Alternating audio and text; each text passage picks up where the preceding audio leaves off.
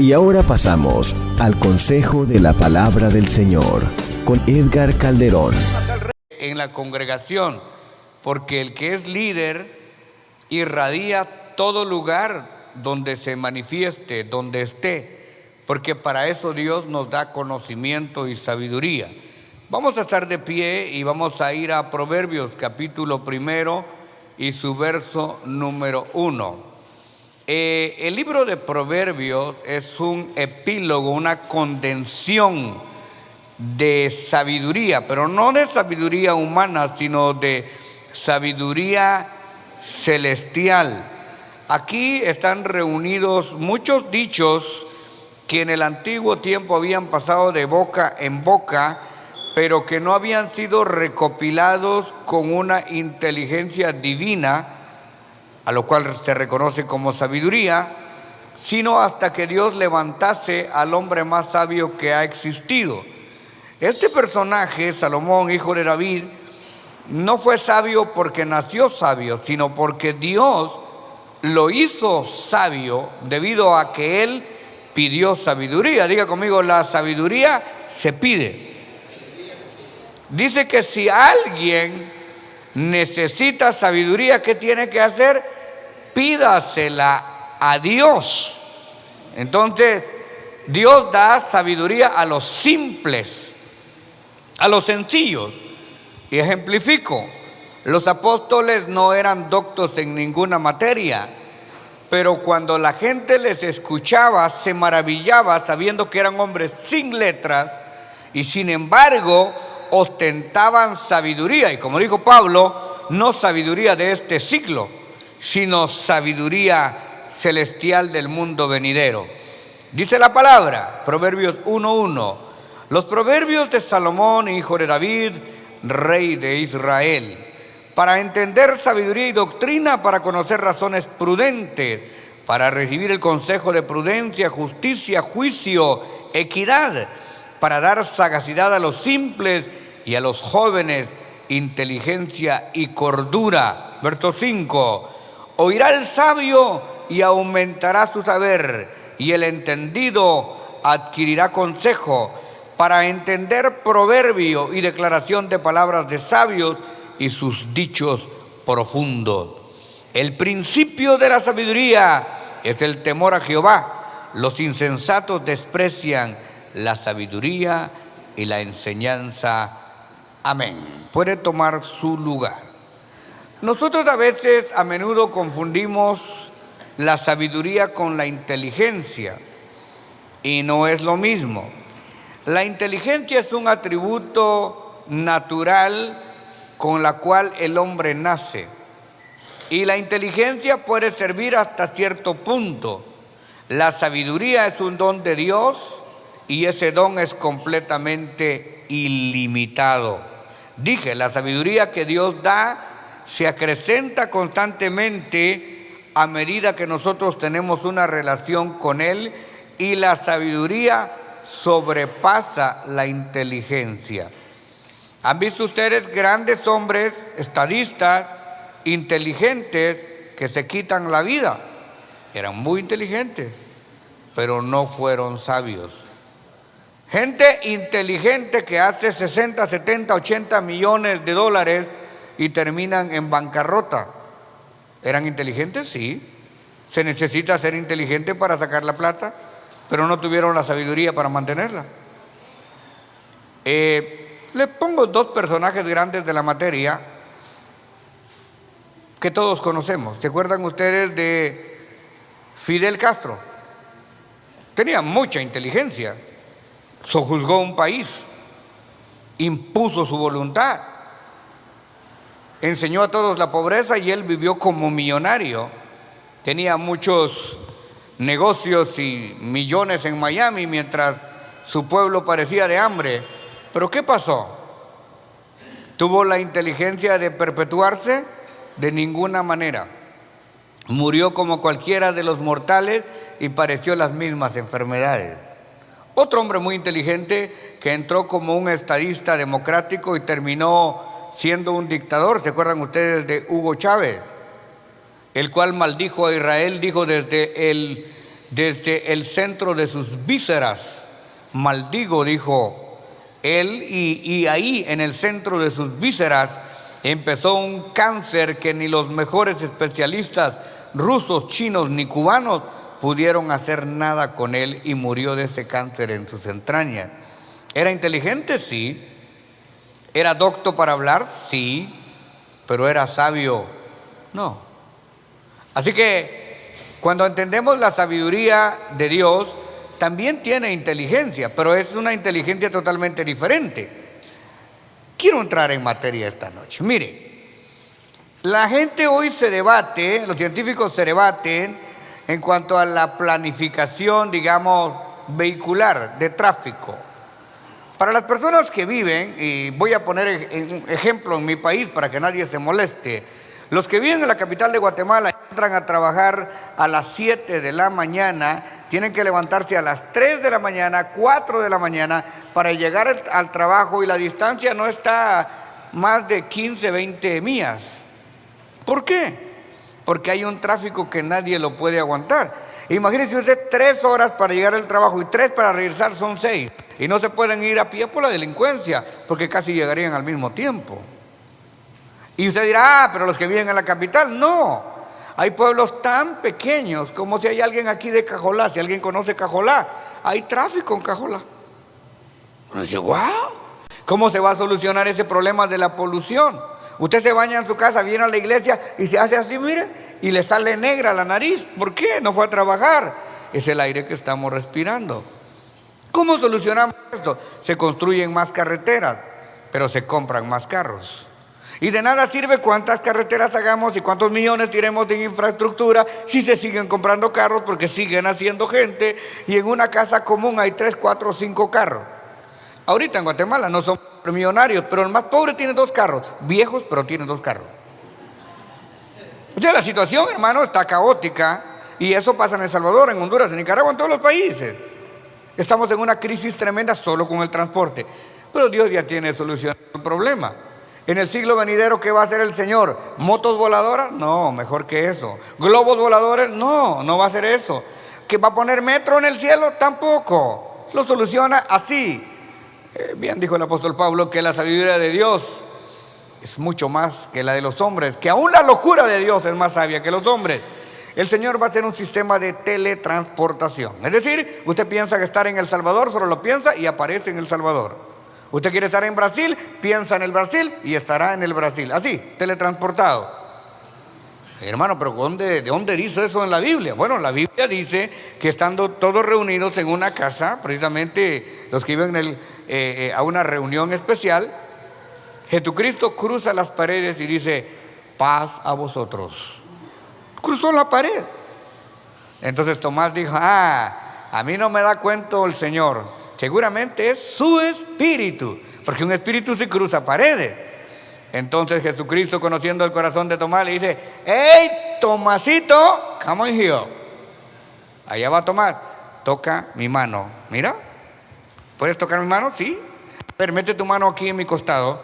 Que un espíritu no tiene carne ni huesos, como yo los tengo.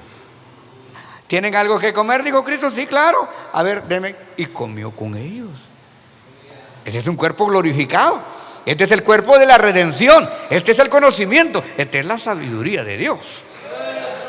Pero ahora nadie quiere leer la Biblia. Aquí está esto. Bueno, y usted dirá, bueno, los ríos están contaminados. Antes, hermano, yo recuerdo cuando era niño, hace ya muchísimos años, nosotros salíamos y nadábamos en los ríos. En el transcurso, en el trayecto de Quetzaltenango a Guatemala, yéndonos por la costa, pasábamos por Escuintla, Mazatenango, unos ríos preciosos, y nos tardamos hasta 6 horas porque pasamos a nadar. Pase usted a nadar ahora a uno de esos ríos. Apestan. Se murieron los pescados. Todos los drenajes los tiraron ahí. Y eso no pasa solamente en Guatemala, en México, en Argentina, en Perú. En todos lados los ríos se hicieron drenajes. ¿Cómo va a solucionar el Señor eso? Muy fácil, no habrá ningún desecho tóxico. ¿Ya se puede usted imaginar baños en el cielo, toiles en el cielo? De ninguna manera. Nadie va a comer y a desechar. No va a haber necesidad de comida. todos comerán por deleite. De cierto os digo que no volveré a gustar de esto, dijo el Señor Jesucristo en la última cena, hasta que venga en el reino del Señor. O sea, va a haber comida, pero no es una necesidad comer, va a ser un deleite. Entonces, usted va a comer y toda su comida se va a diluir y pulverizar. El cuerpo va a triturar absolutamente todo sin ningún desecho. No habrá desecho tóxico, para nada. Ay, usted dirá, dice, ¿cómo se va a componer el problema de la colgadera? ¿Qué es eso de la colgadera? De que uno se enamora del otro, el otro se enamora del otro y la gente se mata y en la vida, en el matrimonio es un desastre. ¿Cómo se va a acabar eso? Muy fácil. El Señor va a quitar el sexo. Seremos como los ángeles, asexuales. Se acabó el pleito, se acabó el problema. La esposa va a poder ver al esposo hablando con cualquiera. No hay sexo. Seremos asexuales. ¿Se acuerdan ustedes que alguien, queriendo impresionar al maestro, le dijeron: maestro, tú sabemos de un hombre que tuvo una mujer y se murió? Vino el hermano y la tomó, porque así decía la ley, hasta el 7. Luego se murieron todos. En la resurrección de los santos, ¿quién va a ser el marido? Y Jesucristo dijo: erráis porque no conocéis las Escrituras. Porque en el cielo ni se casarán, ni se darán en casamiento, sino que serán como los ángeles. Oh, si es para Dios, dárselo con todo su corazón. La gente aquí anda, hermano, desesperada por la explosión demográfica, y que si siguen naciendo, y que qué vamos a hacer con tanta gente, y que se va a acabar el agua, y que el oxígeno se va a terminar. Cuando el Señor dice: yo tengo una solución para todo. ¿Usted cree que el que planificó la tierra no sabía que se iban a multiplicar? ¿Que Él no sabía que se iba a contaminar el agua, que se iba a contaminar el aire, que se iba a contaminar todo? Sí, y Él ya tiene la solución. Él no ocupa nada de nosotros. Así que esto es lo sabio de Dios. Dios tiene un conocimiento completamente ilimitado, pero nos dejó aquí una partícula, nos dejó una fuente de miel para que nosotros incrementemos nuestro conocimiento y nuestro saber. Los proverbios de Salomón, hijo de David, rey de Israel. ¿Por qué pone esto? Para que no creamos que fue cualquier pelagato el que se puso a escribir tonteras. Dios escogió hombres idóneos para dejar plasmada en la palabra de Dios lo que Él quería que nosotros conociéramos. Y si en algún momento hay conflicto entre la Biblia y la ciencia, es porque la ciencia no ha aumentado para entender la Biblia. ¿Qué dije? Es porque la ciencia no ha aumentado para entender la Biblia. Usted dirá: pero los científicos saben mucho. Pues ni tanto. Hace apenas 1000 años pensaban que la tierra estaba sobre una tortuga y que cuando se movía la tortuga habían terremotos. Después dijeron que la tierra, y los más sabios y entendidos de aquel tiempo lo creían. Y después que estaba la tierra sostenida sobre 4 elefantes. Y los científicos de aquel tiempo lo creían así. Cuando ya el Señor había dicho hace miles de años: tú que extiendes sobre ella cordel, diciendo que la tierra era redonda. La Biblia ya lo sabía, pero los científicos no podían entenderlo así. Y así sucesivamente. Hasta ahora tenemos la teoría de la evolución y sus variantes. Digo variantes porque cada rato andan cambiando, que si la bacteria, que si el chango, que si el mono, etcétera, etcétera, porque son teorías. ¿Qué es una teoría? Es una verdad no comprobada, que parece verdad, pero que todavía hay que comprobarla. Yo la compruebo hoy. Si la gente dice que venimos de una lerva y que el familiar más cercano que tenemos nosotros es un mono, en alguna parte del mundo debería de haber un hombre pasando a mono y un mono pasando a hombre. Debería de haber en algún laboratorio, en algún museo. Debería de haber un hombre en la transición, un mono en la transición a hombre. Y debería de haber un hombre de regreso a mono. Bueno, esto yo creo que está un poco más fácil. O sea, realmente en algún punto deberíamos de estar en eso. Es que eso pasó con la evolución de millones y millones de años. Sí, pero los años no se han detenido y ahorita deberíamos estar en un justo proceso, al menos en un individuo que se esté haciendo en este momento hombre, o un hombre que esté de regreso a mono. Pero no lo hay. Ahora, la Biblia dice que polvo eres y al polvo tornarás, y esto sí se lo compruebo ahorita.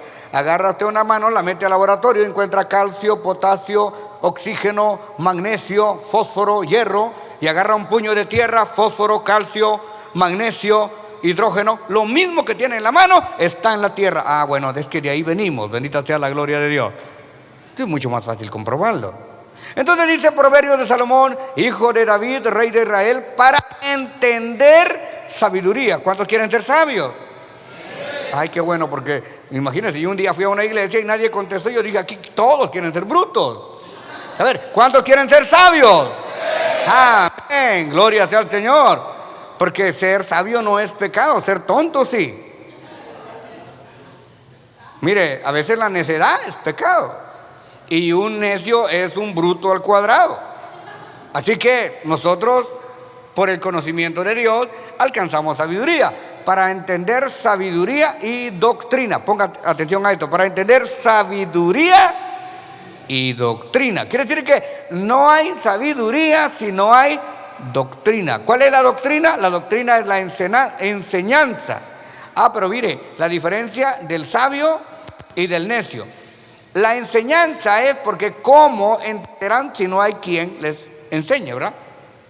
Entonces es importante recibir la enseñanza. Pero el sabio, ¿qué hace? Al sabio usted le dice una vez, hermano, tenga cuidado, no se siente en esa silla porque tiene 3 patas. Y el sabio dice, gracias, marca la silla y no se sienta. Esto es sabio. Pero el necio dice, si todos se sientan ahí, nadie se ha caído, se sienta él y pum.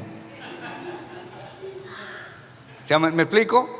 O sea, al sabio usted a seña le dice, mire hermano, tenga cuidado y planifique sus finanzas, y dice, amén. El necio, que va a saber el pastor si ni sabe ni cuánto gano ni cuánto gasto, yo así sigo mi vida y ¿qué? ¡Pum! Pobre toda la vida.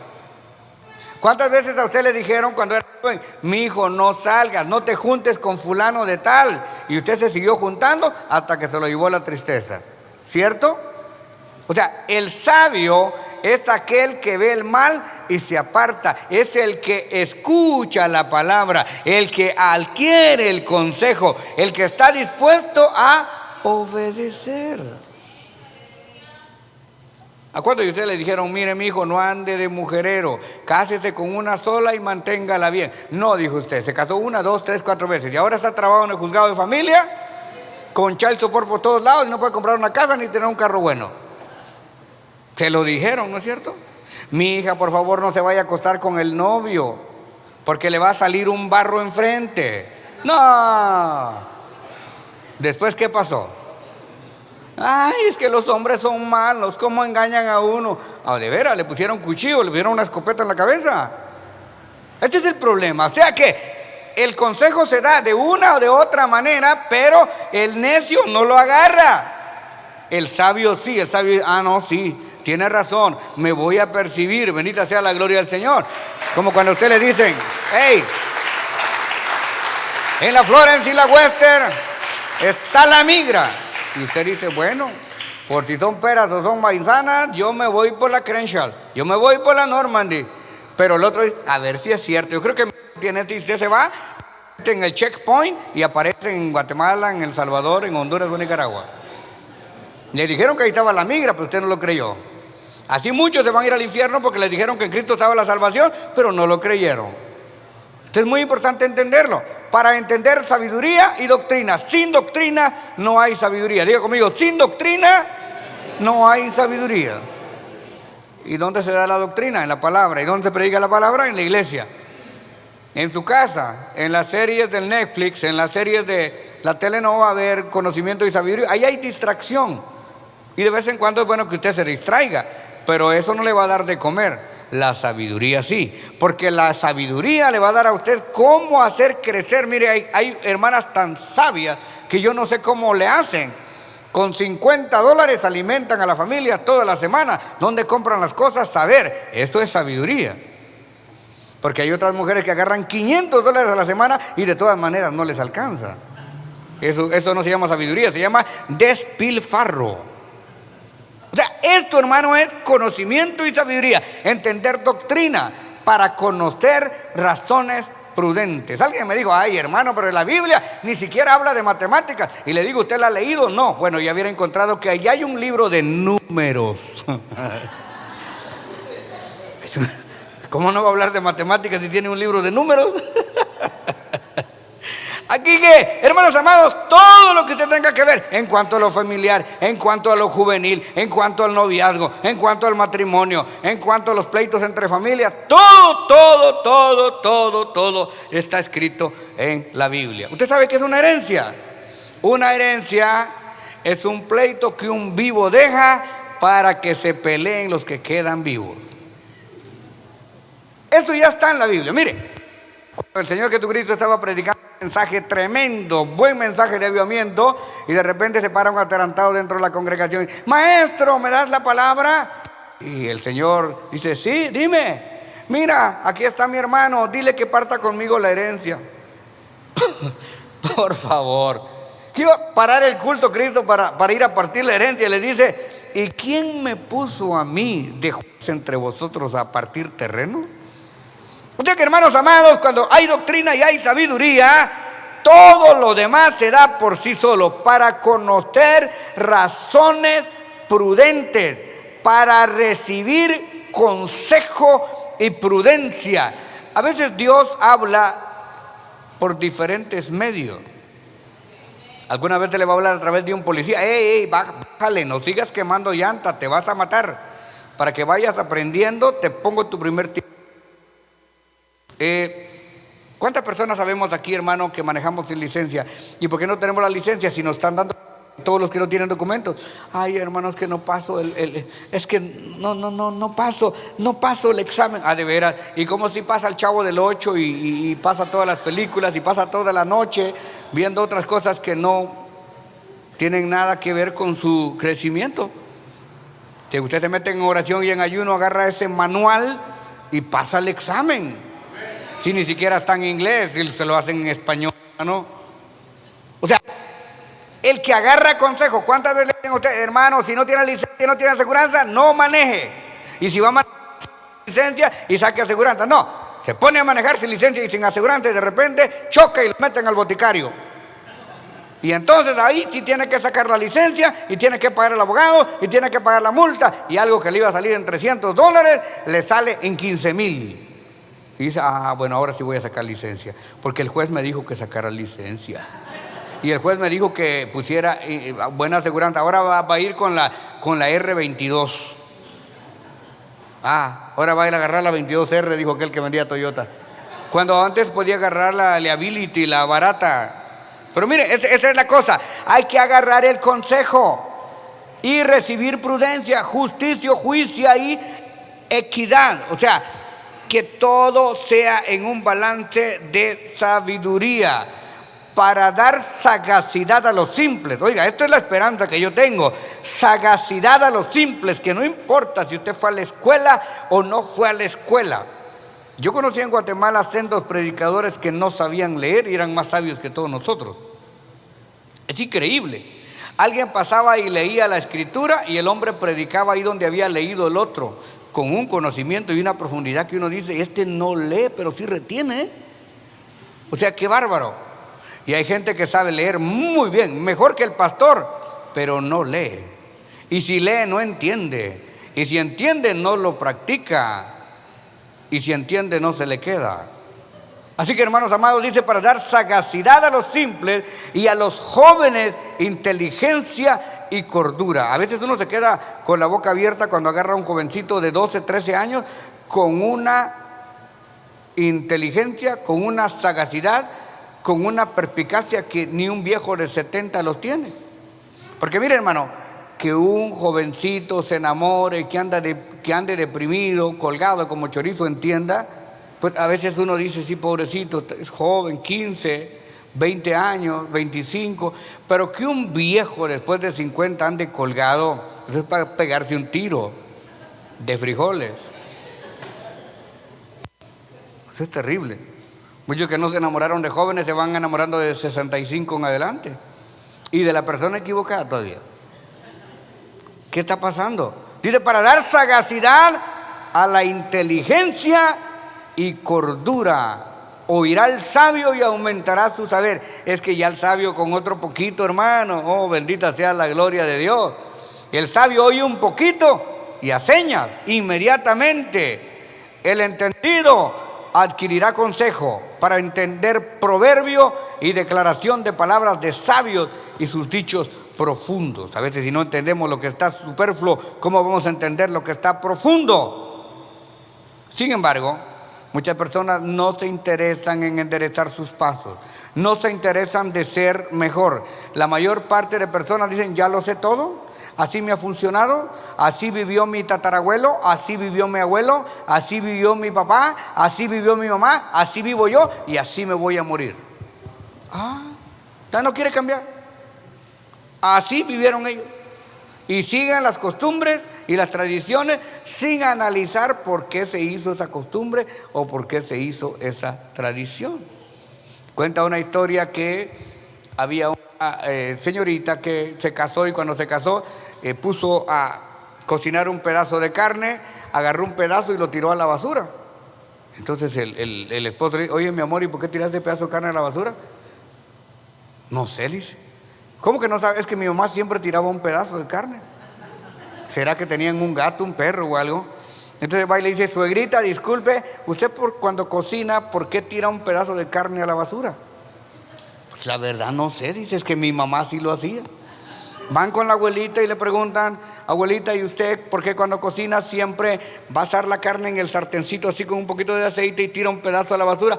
Ay, mi hijo, es que mi sartencito era muy pequeño y no le cabían las 2 libras. Ya la nieta tenía un sartén así de este vuelo y hasta eléctrico y seguía tirando el pedazo. Así vamos nosotros con la religión y la tradición, siguiendo lo que otros han hecho sin entender por qué lo hicieron.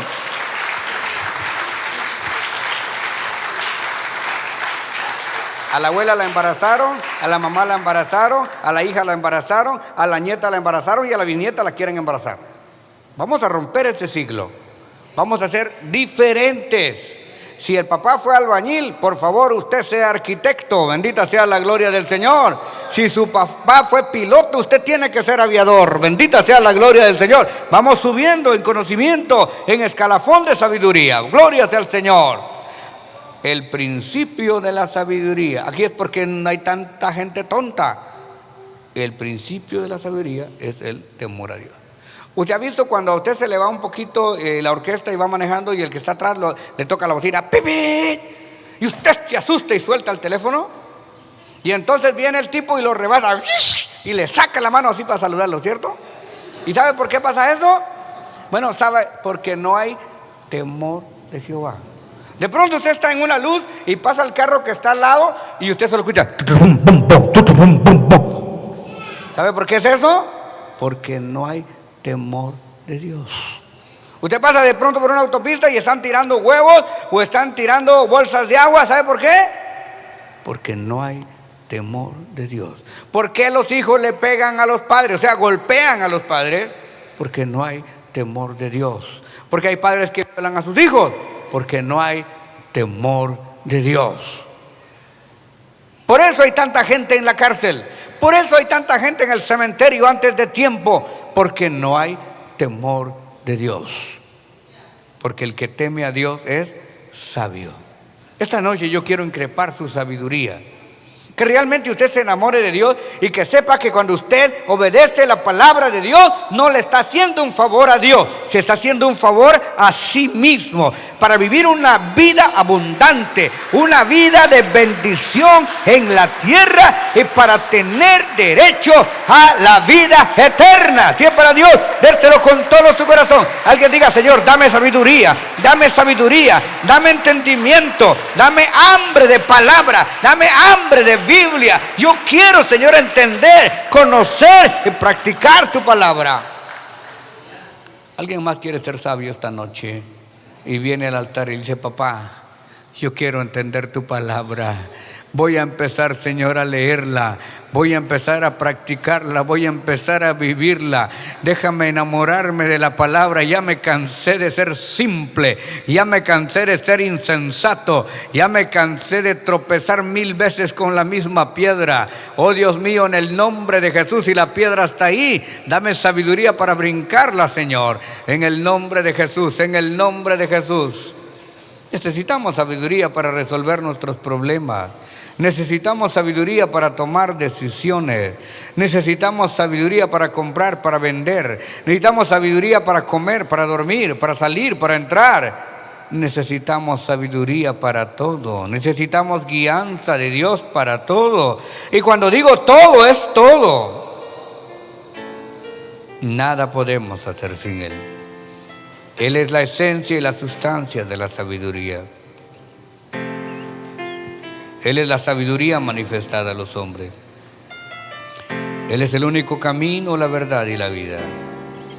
Y este es el momento propicio para venir y decir: Señor, dame sabiduría para vivir en mi hogar. Dame sabiduría para manejar mi negocio. Dame sabiduría para mantener mi trabajo. Dame sabiduría para que nadie se aproveche de mí. ¿Cuánta gente trabaja aquí toda la semana para mandar su dinero a otro país? A gente que ni siquiera conoce, gente que ni siquiera le va a agradecer. Dame sabiduría, Señor. Dame sabiduría. Dame sabiduría. El insensato consume sus fuerzas y regala el fruto de su trabajo. Dame sabiduría, Señor, para administrar mis finanzas. Dame sabiduría, dame mayordomía. Dame sabiduría para pensar, para hablar, para actuar. Dame sabiduría para vivir. Oh Padre, en el nombre de Jesús. Gracias por su sintonía y esté pendiente porque en cualquier momento podría estar con usted Edgar Calderón en Palabra Unida. Tenemos servicios todos los días a las 7 de la noche. Los viernes, vigilia y clamor bajo la unción de Dios. Los sábados y domingos, tremendas campañas evangelísticas. Y los lunes, gloriosos conciertos de alabanza con los más reconocidos intérpretes de la música cristiana. Llámenos ahora mismo, 213-840-7500. 213-840-7500. Estamos esperando por usted. 213-840-7500. 213-840-7500. Palabra ungida, tu vida cambiará.